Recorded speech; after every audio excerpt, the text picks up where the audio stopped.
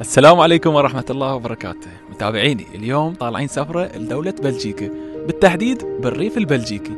أجرنا هناك فيلا عملاقة، راح نستكشف الريف البلجيكي وراح نستكشف الجمال البديع.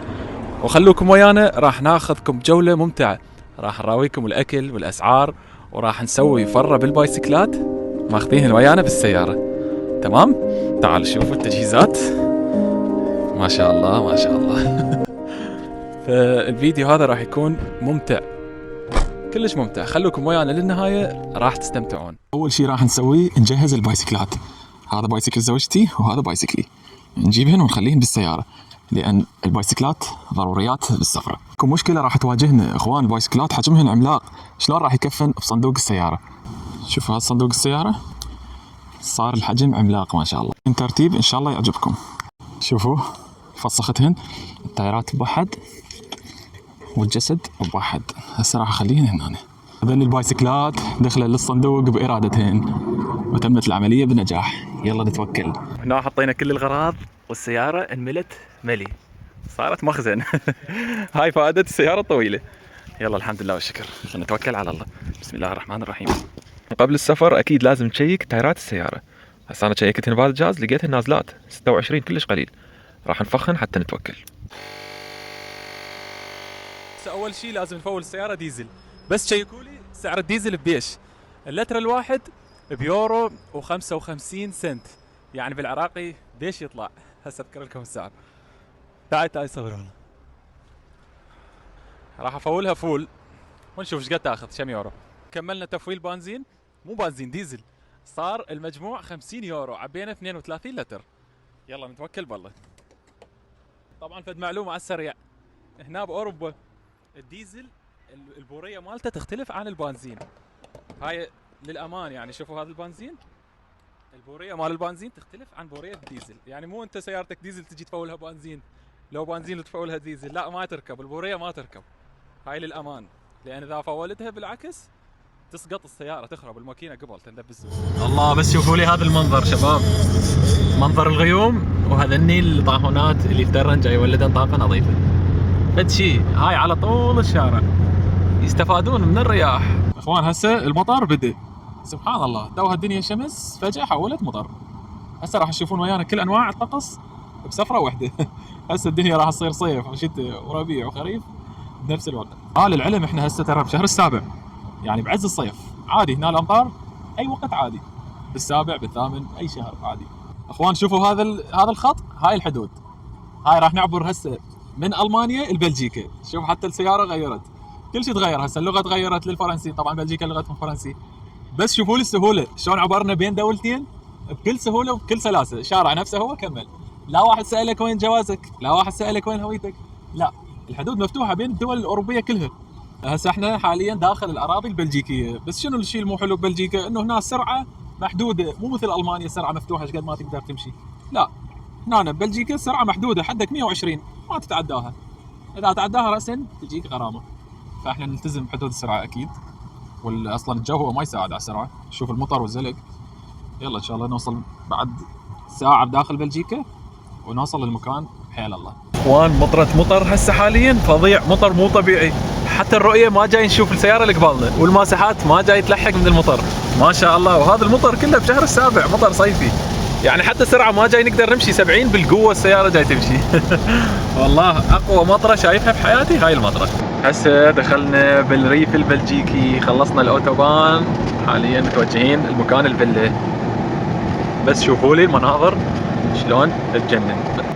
الله، هاي منا الله. ما شاء الله. هاي شنو هاي؟ وين قاعدين احنا؟ فد شيء مو طبيعي، مناظر تخبل. اخوان وصلنا للفيلا هاي، شوفوها ايش كبرها، عملاقه، فد شيء كلش راقي. هسه راح ناخذكم جوله بداخل الفيلا، نراويكم شنو بيها اشياء ترفيهيه وبيها اشياء تجنن. يلا امشوا ويانا. يلا اخوان هسه راح ناخذكم جوله بالحديقه مالت الفيلا. فد شيء كلش يجنن. شوفوا هسه هذني شفناهن، ما اعرف شنو، جره ما ادري شنو. اعتقد هاي مأوى للحيوانات، الحيوانات البريه تجي هنا تقعد، لان هذاك ابيض ما ادري شنو مال الحيوانات. المهم هاي وحده، هاي وحده هيك مخلينهن هم كديكور وهم للحيوانات. وهذن اثنين. الاطلاله مالت الفيلا فد شيء راقي من الخيال. فشي مو طبيعي والله. هاي يعني الاطلاله تسوى الدنيا وما بيها. هاي هنا البارك مال تمام. وهاي الاشجار كلها مثمره، هسه اصورها لكم. هاي هنا منضده، فشي مو طبيعي. هاي هنا تلعب صدق على قولة محمد، يقول هنا تلعب مدى الحياه ما تمل. لان هنا اكو منظر مو طبيعي. وهاي هنا العده مال الشوي، خالي لنا حطب ما يخلص هذا لمده 100 يوم تشوي بيه وما يخلص. وهذا البيت مال تشينكو، هذا بداخله فحم. تمام. فتحوا نشوف.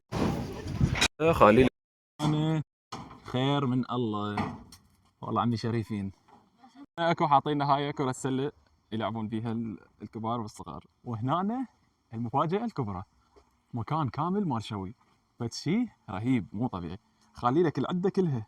وهنا طابوق حراري، هذا يعني يصير شلون الفرن وفحم وترتيبات. هاي الحديقة تابعة للفيلا اكيد. هاي ارض خضراء تخبل، وبيها العاب للاطفال، زحليقة مراجيح وهيجي سوالف. وبيها همين هاي كرة طائرة للي يريد يلعب، كرة طائرة او تنس ريشة. فد شي هم كلش حلو. بعدين نلعب ونصور لكم. هاي خالينا هنا كانوا، وين راحن الطوبات؟ هنا كانوا خالينا طوبات وركت، هسه نلقاهن. هذين الركت والطوب ومالين. وهاي الشبكة. بعدين نلعب ونراويكم الاجواء. بعدين نسوي لكم جولة مشاوي هنا. وقدامك هذا المنظر المو طبيعي، فد شي كلش راقي. يعني انت تشوي هنا وتباع على هذا المنظر، يعني فد احساس مو طبيعي كلش راقي. ها حسين،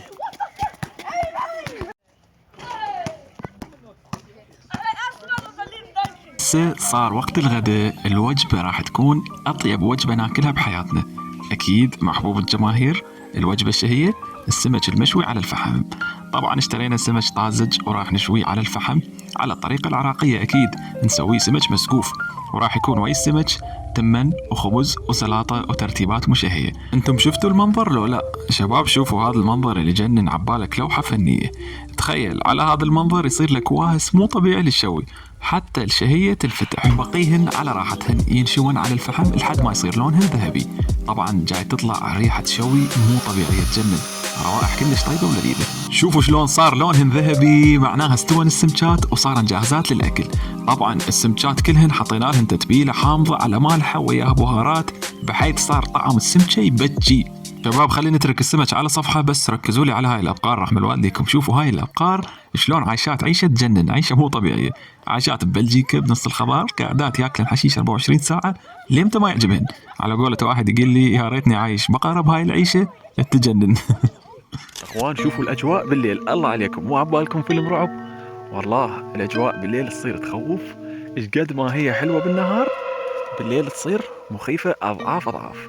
فاحنا بالليل شو نسوي؟ نسد بابنا نقفله ونقعد بالبيت وما نطلع. ليش؟ لان هنا حيوانات تعبر. هاي بصفنا غابه، وهنا كلاب، جميع انواع الحيوانات ممكن تعبر منا. فبالليل شوي الشغله تصير خطره. والنوب المشكله الثانيه بلشت تمطر هسه من مساء لحد هسه بس تمطر. يلا خل نروح نطب جوه احسن لنا. يلا بس خل نطب بالبايسكلات لا ينق عن. صباح الخير من اليوم الاول. شوفوا هذا المنظر شلون حلو. راح نتريق هنا. هذا ريوقنا المتواضع. طبعا فد ريوق بسيط لان الغداء راح يكون فد شي كلش قوي.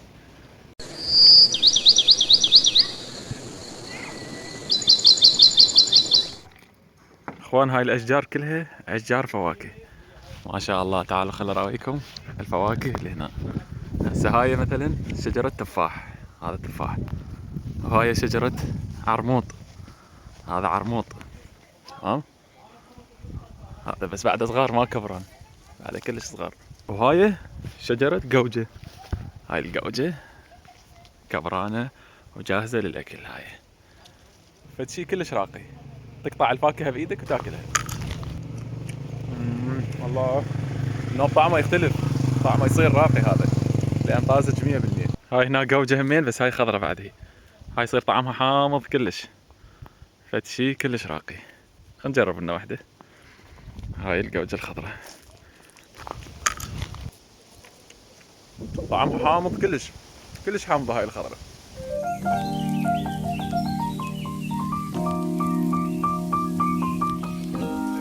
شوفوا هذا شنو؟ هذا روبوت، هذا على الشحن يشتغل من هنا ويمشي على هذا العشب يقصه كله، يسوي طبقة واحدة، يقص هاي المنطقة ويكمل ويرجع هنا لمكانه يشحن. هم التكنولوجيا كلش راقيه هاي. هنا انا مخلي لنا همين شاحنه مال تسلا مال سيارات كهربائيه. شكو واحد عنده سياره كهربائيه يقدر يشحنها هنا بهذا الواير. طبعا هاي فنكم شنو هاي عباره عن غرفه ساونا مخلينها لنا هنا بالفيلا. همين بعدين نطوف داخلها ونصور لكم. هاي الغرفه ما عرفت شنو والله، خلنا نفتحها ونشوف. شكلها غريب. هاي الله طلعت غرفة الكهرباء. هاي الغرفة، غرفة الكهرباء الخاصة بالفيلا. أكثر شيء لفت انتباهي هاي الجورية، بس شوفوها شلون طالعة من جوا القاع، يعني لا سقي لا حوض لا اسماد هيجي، هي والحائط وطالعة وش كبرها صايرة عملاقة، قاصينها بحيث من قد ما عملاقة قاصينها، والعطر مالتها يجنن. فد وردة جورية مو طبيعية. يعني هسه بالعراق ليش ما تصير؟ عجيب والله عجيب. هنا أنا طالعة يعني بنص الأنقاض طالعة. بالعراق أنا أتذكر كنت أحط لها سماد وأحط روحي بيها وتموت. هنا أنا مثل الشلب عايفينها، شوف ايش كبرها صايرة. عجيب والله عجيب.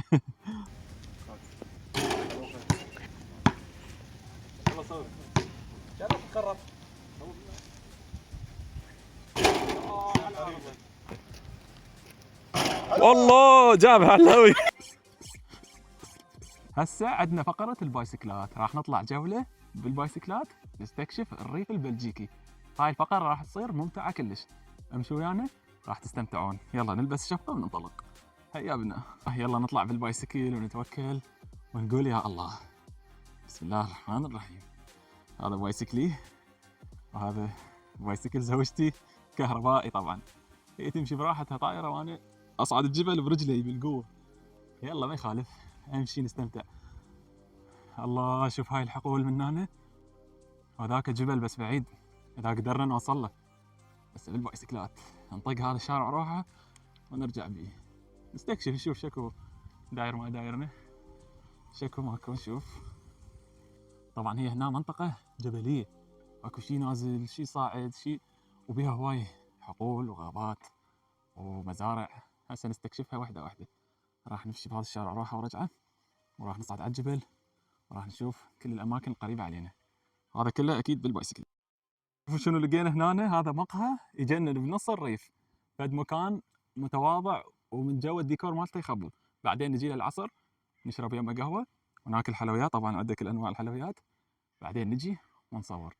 مكان كلش مرتب وهادئ، اجواء جميله. بعدين نجي ان شاء الله. اي اجواء بلجيكيه جميله. اخوان شوفوا الاجواء تجنن، الشارع شلون نظيف والاشجار، هذا جبل متروس اشجار وخضار شكله يجنن. يا الله نتوكل على الله. اخوان هسه اذا لقيت طريق لهذا الجبل اتسلقه اصعد له بالبايسكل. هاي بيوت طبعا مال الناس. خل اوخر له. ورا ما صورت هذا الفيديو طلع لي صاحب البيت قال لي هاي ملكيتي الخاصه ما يصير تصورها.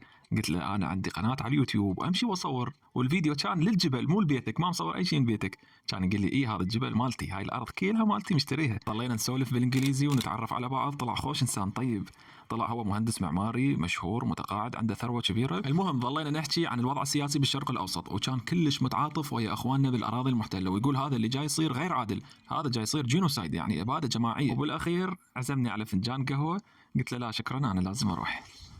طبعا تعبت من البايسكل لان صعود قوي، بس هذا المنظر لازم تشوفونه، يعني منظر يجنن. حتى لو تعبان لازم اصوره لكم. طبيت بالبايسكل شي راقي سبحان الله. الله حلوة. اخوان الجو توه مشمس وربيع يخبل، فجأة لما غيمة سودة وبدأت تمطر. شوفوا هسه جاي تمطر، مطر كلش قوي. خل نروح نطوب لا ننقع. شنو هاي؟ هذا جو اوروبا، خلال ثواني تلم غيمة وتمطر. سبحان الله سبحان الله. تعال حمودي لا تتمرض، كافي سله.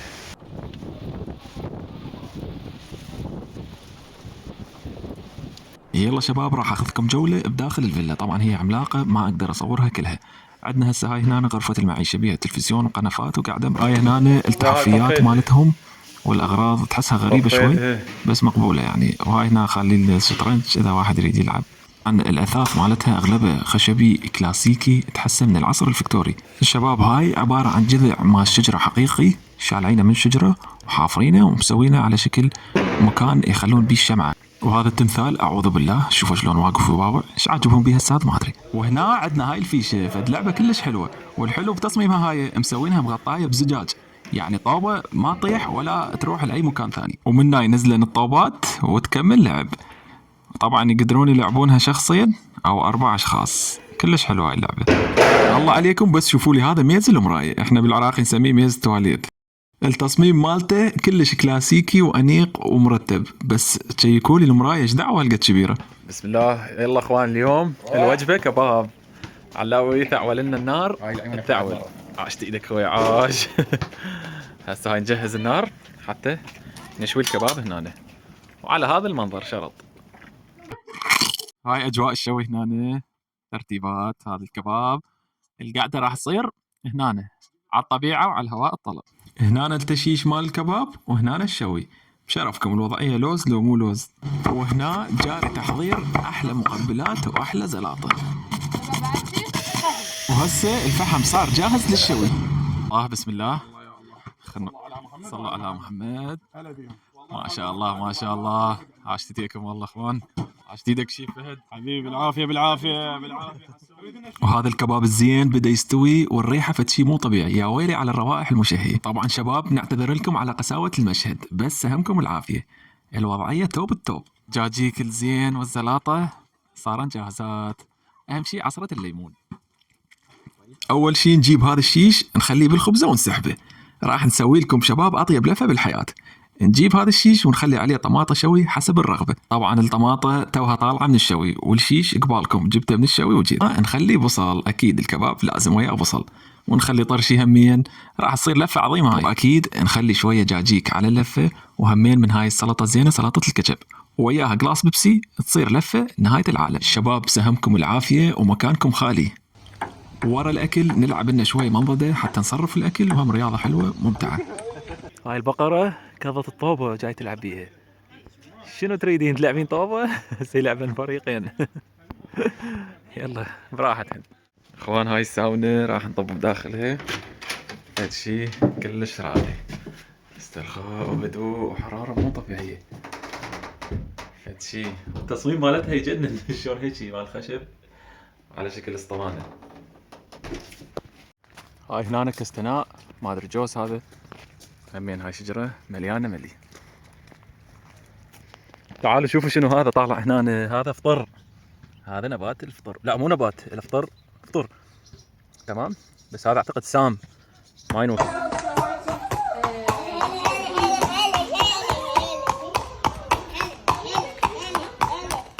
وهنا خلص الجزء الأول من رحلتنا، بس السفرة بعدي ما خلصت. انتظرونا بالجزء الثاني، محضر لكم مقطع بعد أحلى من هذا.